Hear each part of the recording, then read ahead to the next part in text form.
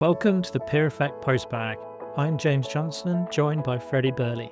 We asked for your questions, and Freddie and I are going to tackle them together. These aren't theoretical case studies, it's the stuff that's keeping you up at 2 a.m. Let's get answering. Welcome to the Peer Effect Postbag. I'm James Johnson. And I'm Freddie Birley. So Freddie, what have you been up to recently?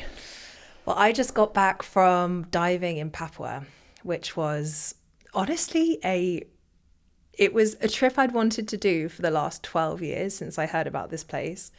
And it was just extraordinary. It was so magical, and we got really lucky with mantas, and it's just so far away. It was 4 flights and a 12-hour boat once you got to the port to get to this cluster of islands called Raja Ampat.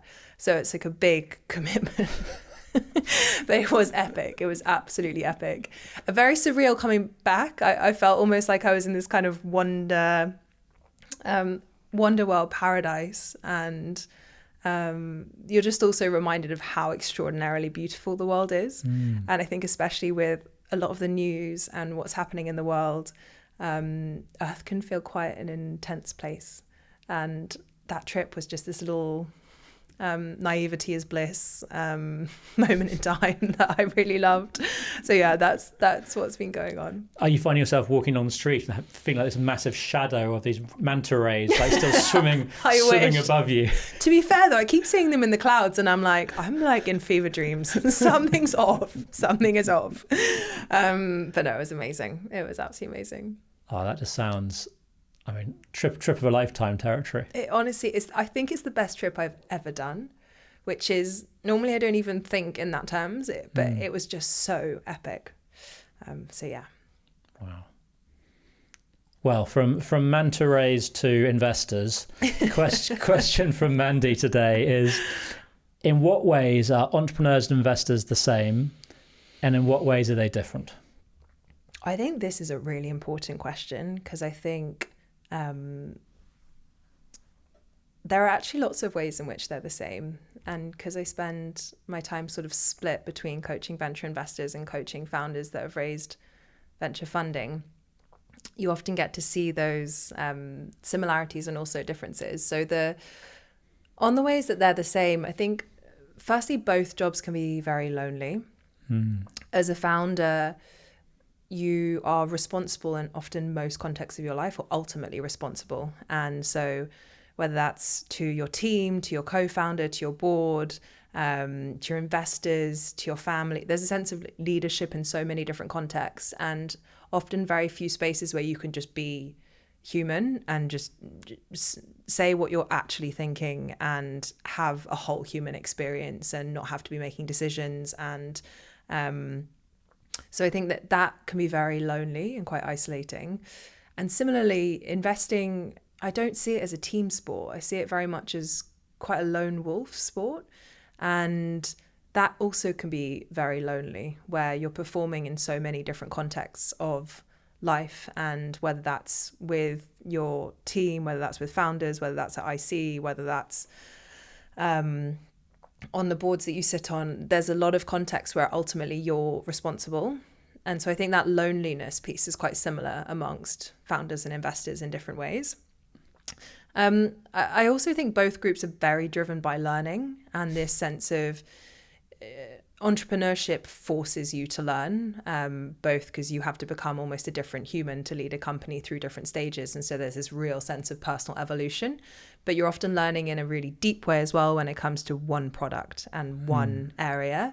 Investors, highly driven by learning and intellectual stimulation, but more from kind of macro perspective and themes and trends and often different industries and areas. So I think there's also a really high degree of learning amongst both groups. I'd say those are 2 key similarities that I see. Curious what you've seen on similarities amongst people you've worked with as well.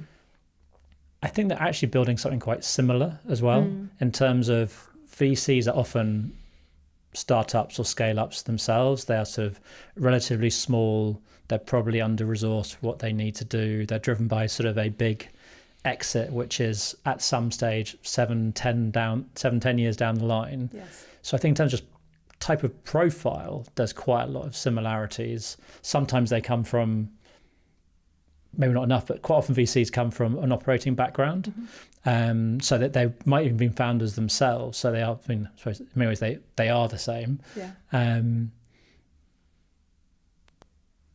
And I do agree on sort of personality types. It probably attracts sort of similar people and the loneliness. I think the loneliness is, I mean, probably why you end up coaching both sides of the pie, like having a space where people can actually truly talk it through in a non-judged way to appear, as opposed to someone like either an investor, because even investors have investors, they've got their LPs and stuff. So it's almost both sides have that kind of people they're investing in and people they're being invested by. So true. so true. And that made me think as well, another similarity is just the degree of uncertainty that both groups are living in. For founders, obviously the uncertainty is existential in many ways, but it's ultimately their business is in their hands, and there's a sense of control over the team they build and the product they focus on and the market opportunity they go after. A lot of it's in their control. Investors live in a high degree of uncertainty because actually they can choose what they invest in to a certain degree, but they have very little control over the outcomes of those businesses and whether the co-founder dynamics ultimately work, whether the product market fit happens, whether they scale at the speed that they need. Like, there's so many things that are completely out of their hands, and that ability to kind of sit in so much ambiguity and risk and uncertainty is similar amongst both groups too. And I suppose actually on the fundraising side as well, they're both, once you start that fundraising cycle on both sides, you're kind of, as a founder, you're probably trying to go seed, Series A, Series B, Series C. And actually when you start getting to the later stage, that's when you start becoming your value is more certain. And I think same for investors. Obviously they raise fund 1, fund 2, fund 3, fund 4, and each time they've got to take time out of their business to really focus on that fundraising. And I mean, we've seen VCs have been hit by sort of change of fundraising conditions, so they couldn't raise money, and they also couldn't exit. So they're both also locked into this longer term game at the vagaries of environment. Yeah, it's so true. And in many ways, although of course founding is a long term game, their cycles, especially very early stage, they often work in like 2-week, 6-week, 3-month cycles. And investors are working much longer term from the beginnings of like 2 to 5 year or 10-year cycles. And so I think that starting to think about the differences, I think one fundamental thing I've noticed a lot is what drives a lot of founders versus what drives a lot of investors. And a lot of founders that I work with, they're ultimately driven by personal freedom. There's a really high value on the desire to feel free and feel like the architect of their life, or like their life is fully in their hands. And a lot of the investors I work with, there's a high degree of peak performance, this desire to perform at the best of their ability, or to be professionally very reputable and influential. And it's an interesting difference in like the psyche of what drives people at that point in their life. I'm not saying that's forever, but for that season, that's one key difference I see of just strong drive on personal freedom versus strong drive on peak performance, professional reputation amongst investors, which is really interesting.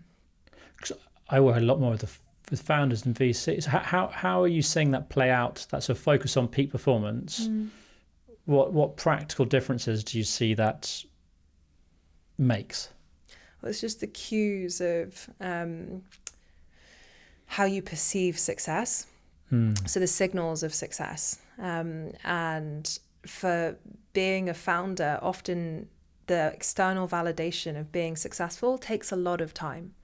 And you have to be very patient and very committed and willing to be wrong or considered kind of crazy or bizarre or wild or whatever for quite a long time before people catch up, and actually what they see as strange in you suddenly starts to become familiar because they start using your product and changing their behavior. And then suddenly the world kind of morphs to the world that the founders saw a long time ago. And of course, obviously in like LinkedIn world, there's lots of like fundraising signals and these kinds of milestones. But ultimately, the traction is what is a win. And whereas for investors, there are other ways in which they see success, and whether that's investing in companies, follow-on rounds, obviously ultimately exits, but that can take up to 10 years in many ways. So, but it's this like hunger and desire to feel like they're peak performing. And so how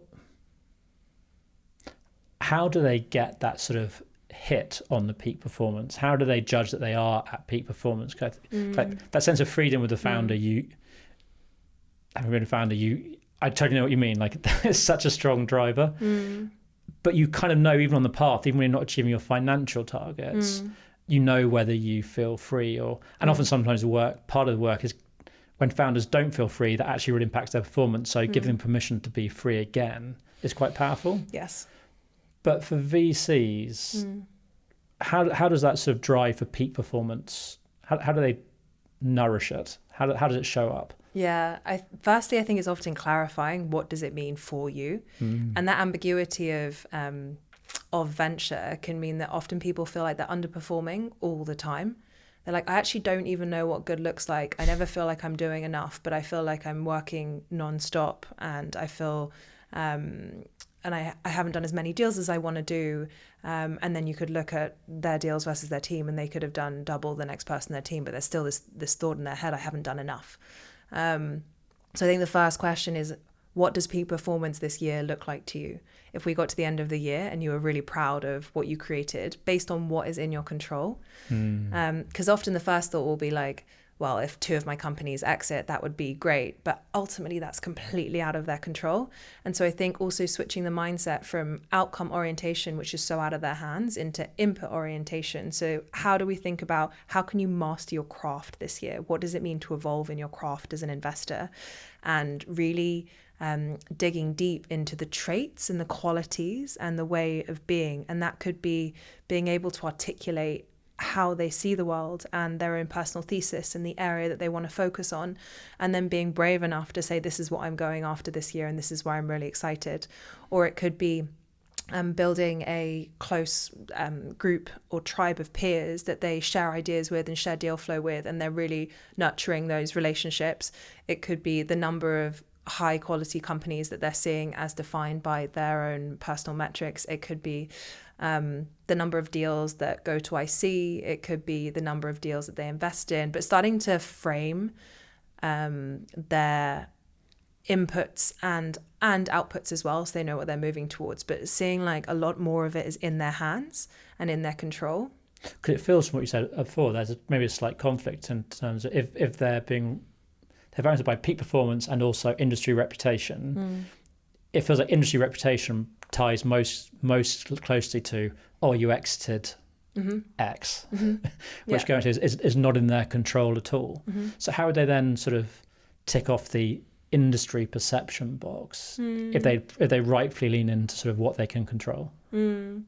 Quality of the relationships they're building, thinking about their own personal brand and doing it in a non-jarring way. I think a lot of people are quite over the LinkedIn hype and over posting, and at the same time, I think a lot of investors do desire to have projects that are in their hands and in their control. So to like really go into doing a deep dive and to be able to write about it and share their thoughts in a meaningful way, although often a kind of fear of judgment can come up quite a lot when it's sharing ideas in the world. But thinking about taking their own personal brand into their hands, and that being, okay, where do you want to speak? Do you want to speak on the stage at Slush? Is that a meaningful goal for you?